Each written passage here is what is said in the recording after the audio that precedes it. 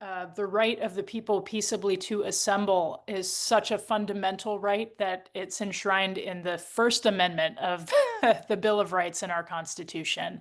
And not that they are, hierarchical necessarily in any way, but I do think it's meaningful that it was in the First Amendment to just acknowledge how unbelievably critical it is to be able to express rights to dissent, and to critique and to ask questions, and to enjoy the ability to probe one's own conscience and make meaning of the world around them and articulate what people experience to be truths.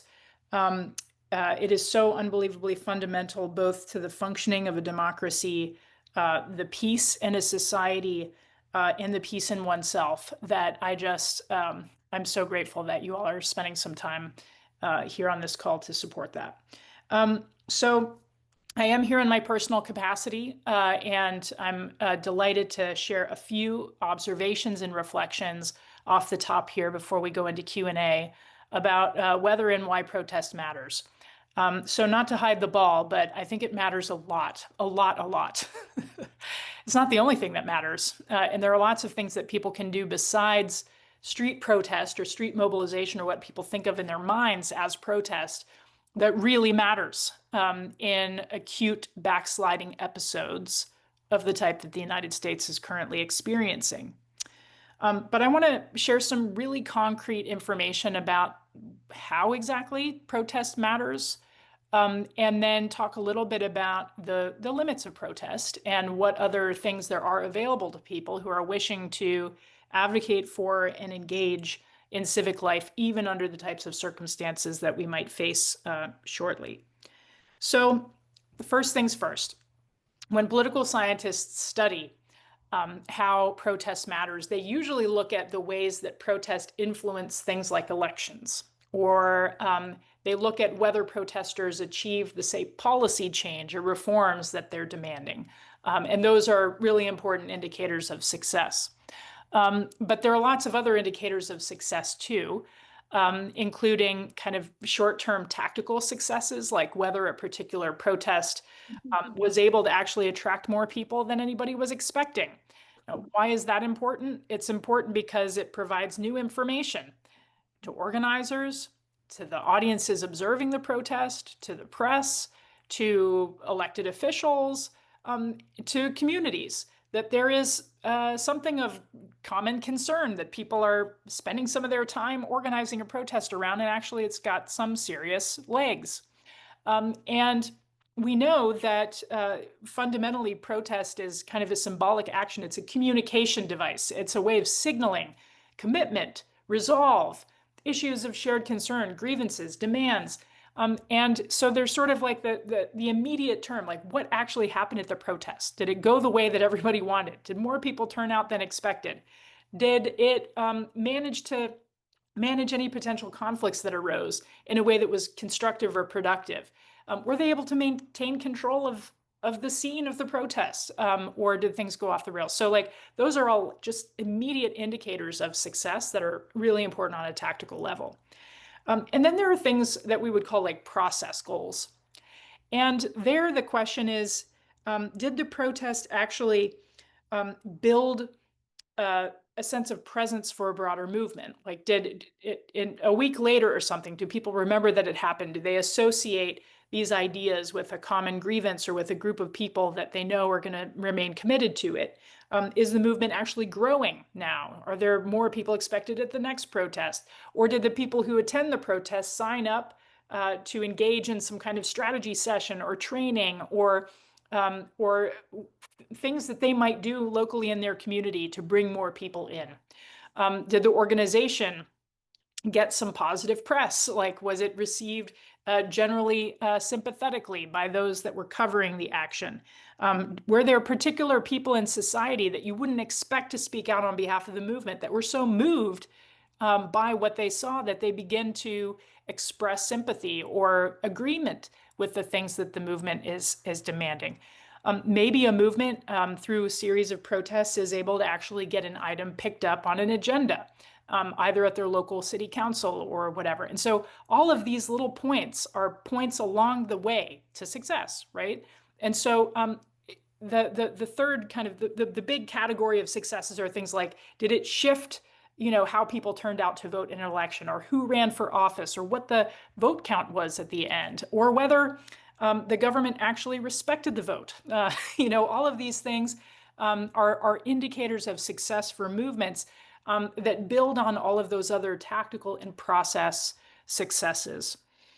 Now, I mention all of this because I think sometimes movements get short shrift when they haven't achieved that full success right away, and people miss out on understanding the process goals that are getting them closer to that ultimate strategic outcome.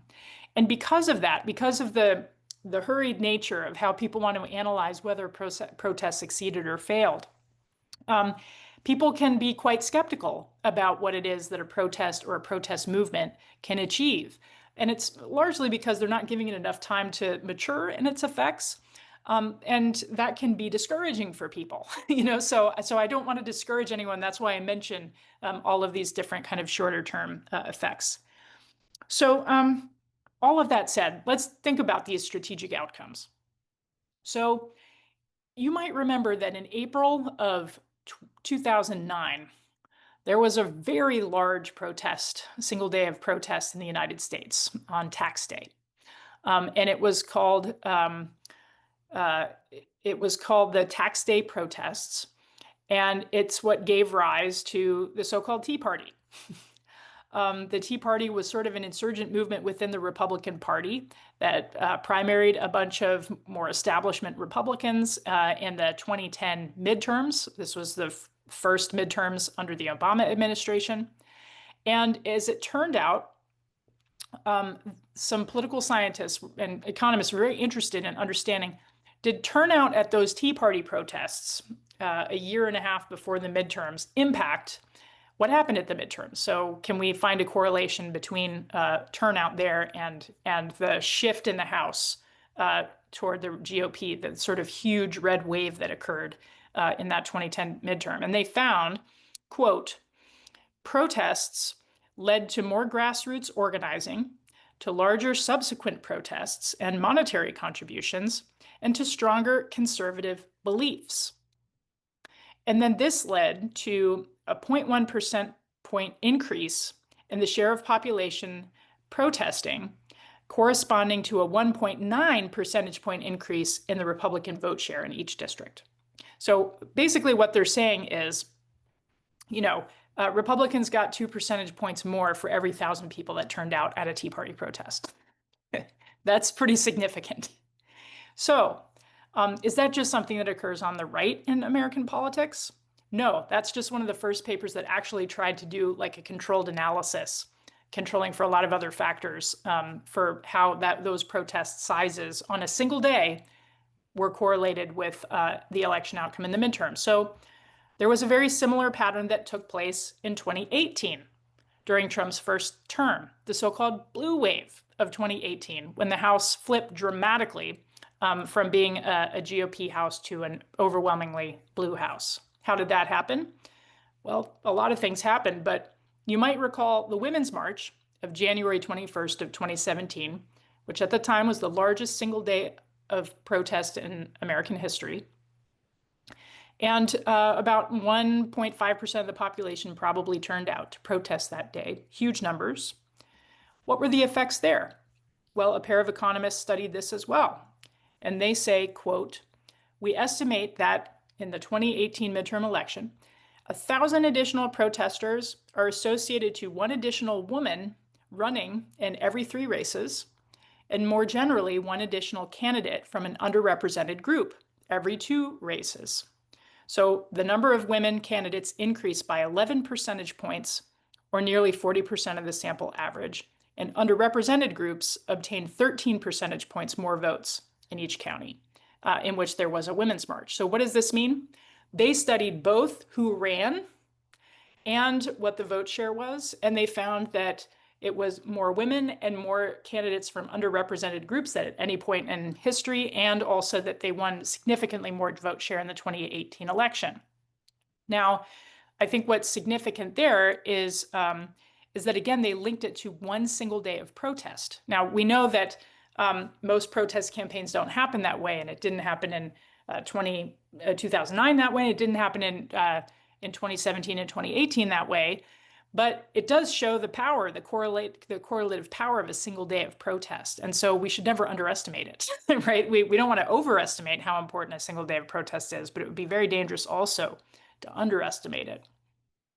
We find very similar effects, social scientists, for what happened after Black Lives Matter in 2020, which was associated with an increase in vote share for Democrats, particularly in cities and in suburban districts, but also in many other places besides those that you could describe that way.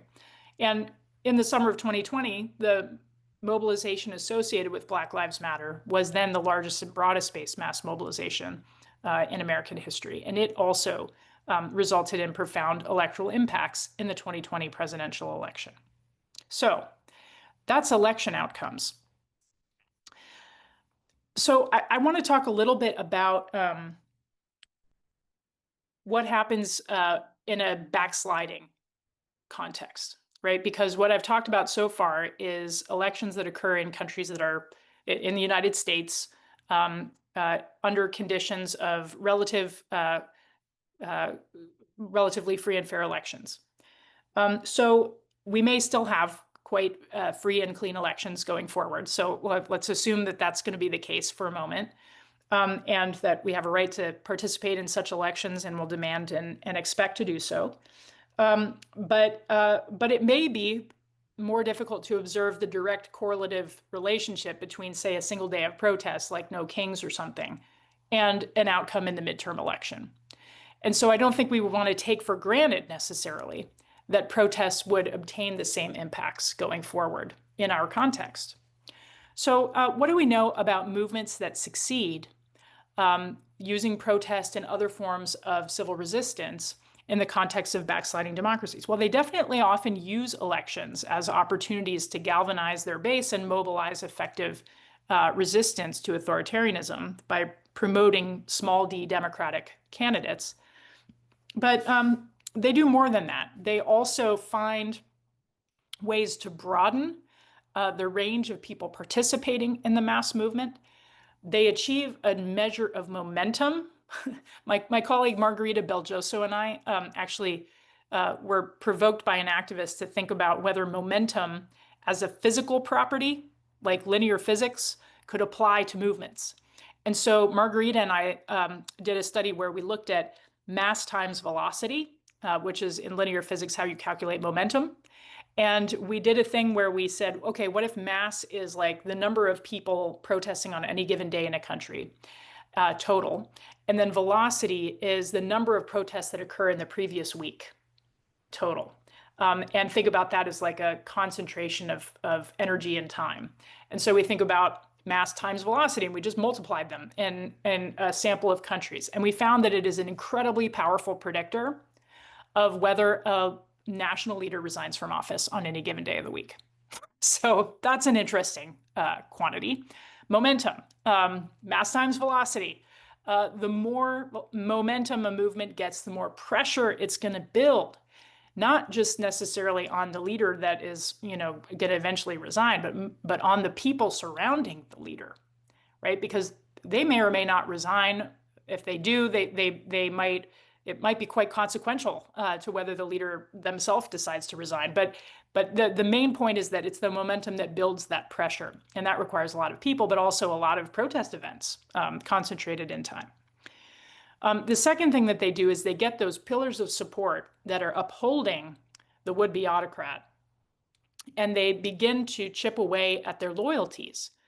They begin to think that the people in these pillars, whether it's the civil service, whether it's political appointees, whether it's the business and economic community, whether it's people who are in the security services, whether it's state media, whether it's important cultural authorities, whether it's podcasters, people that are important, powerful people who uphold the status quo, whether they begin to pull away, movements that win pull those people away. not all of them, but a sufficient number to where the autocrat can't rely so heavily on their key coalition in order to maintain power. The third thing that successful movements do is they do vary their tactics so that they're not only doing things like protests and street demonstrations, but that they can eventually develop the capacity to wield a broad category of techniques known as mass non-cooperation. And non-cooperation is actually like staying away from places people are expected to go. This can be consumer boycotts. It can be a strike. It can be a work stoppage. It can be not just refusing to buy products, but refusing to buy from a particular company. There are all kinds of different methods of non-cooperation. And the reason this is important is because it moves from that symbolic signal of, a powerful group of people who share a common commitment and set of demands and some resolve to actually imposing direct material costs almost immediately, right? And that actually can then begin to build that pressure that I was talking about that can result in shifts in those pillars of support. And then the fourth thing that successful movements do is they manage to build resilience and discipline such that when repression escalates against them, which it almost certainly will if they're winning, when repression escalates against them, they can respond in a way that is productive for the movement. In other words, they can make the repression backfire, or they can at least prevent the repression from demobilizing the movement or dividing the movement or throwing it off course. So this requires strategy, planning, a lot of coordination among different entities that might be organizing protests. Nonviolent discipline really is what a lot of people in the field call it. And that speaks to the ability to make it clear when clashes take place, which side effectively was to blame. And if it's the government, then that's, and it's obvious to everyone that that's the case, then it's much easier to respond to episodes of repression in a way that actually builds the case for what the movement is saying, and invites the public into a broader conversation about where truly we want the country to go from here. So the four things that these successful movements, hundreds of them over the last 125 years have done, is build large participation bases that build momentum, elicit loyalty shifts within the security forces, innovate a new range of tactics that begin to impose direct material costs, and maintain their own organizational resilience and discipline. They don't get thrown off course even when things get challenging. So that is all to say, elections and the experience of participating fully in an election in such a consequential year is definitely part of the broader strategy to defend and promote and improve American democracy, even in our current context. And protest and civil resistance more generally is likely going to play a very important role in whether and how the population in the United States participates in, engages in, and potentially even supports and demands that the government respect the outcome of the election in the long term. And, I'll say two things before I close. One is that we kind of ran a drill like this before. In 2020, there was a large assemblage of civil society groups that came together in the summer and fall of 2020 concerned that the president, Trump at the time, the incumbent, had not committed to abiding by the results of the election. And people throughout civil society took this seriously and began to organize collectively through different coalitions, something called the Protect the Results campaign. Protect the results, you probably remember hearing that phrase. That was on purpose. A lot of people were saying, protect the results on the news and other places, and the people decide their leaders. And that was, you remember hearing that because there was a deep campaign to make sure that there was a consensus in the country about that heading into the election. And that groundwork that was laid there was such that people literally did protect the polls, right? So on election day, there were groups all over the country who were literally making sure that poll workers who were counting votes did not have mobs of people rush into the building and interrupt them, you know? So like that was happening all over the country, in part because of the groundwork that was laid. And then, you know, within a few days of especially Fox News calling Arizona, and then a lot of other people, especially when Joe Biden was declared the winner a couple of days after the election. This was so important because a lot of Republican congressmen at the time came out and said Joe Biden won and Donald Trump needs to accept it.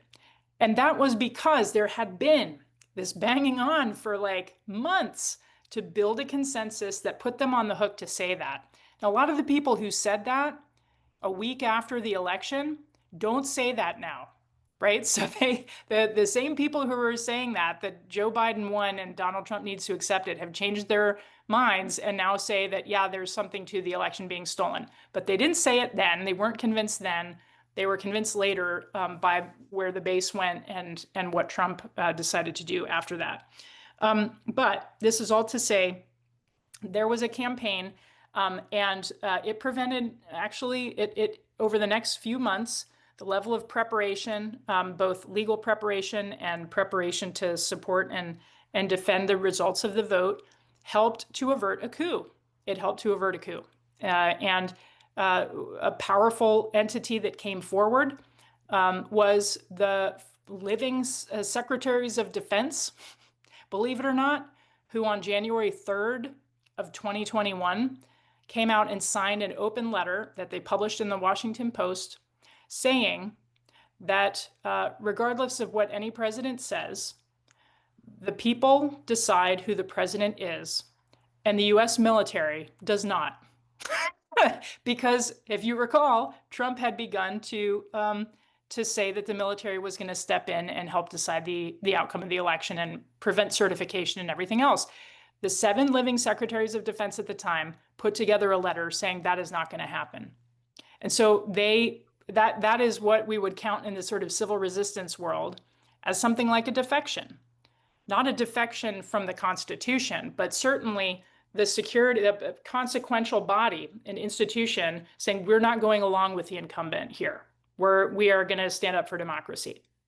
So that's an important thing to just remember, that we've run that drill before, and can assemble a similar constellation of actors and bring even more on board to do it again. The second observation I want to make is that sometimes movements lose. When pro-democracy movements lose, it can be very challenging, obviously, in the short term. But the thing that's really important to know is that it is better to have tried, because resisting prevents very, very, very bad things from happening. And so only very bad things happen, but not very, very, very, very bad things. So like, it's always important to consider the counterfactual of what if nobody had done anything? If nobody had done anything, like what kind of country would we live in? It's always better to assert and to defend one's rights by asserting them at key moments of consequence. And it remains to see who wins in the end. But these rights are in the Constitution. They're enshrined in our Bill of Rights for a reason. And anyway, I'm just so grateful to be here with you on this call, and for all that you're doing to be in it. Thanks.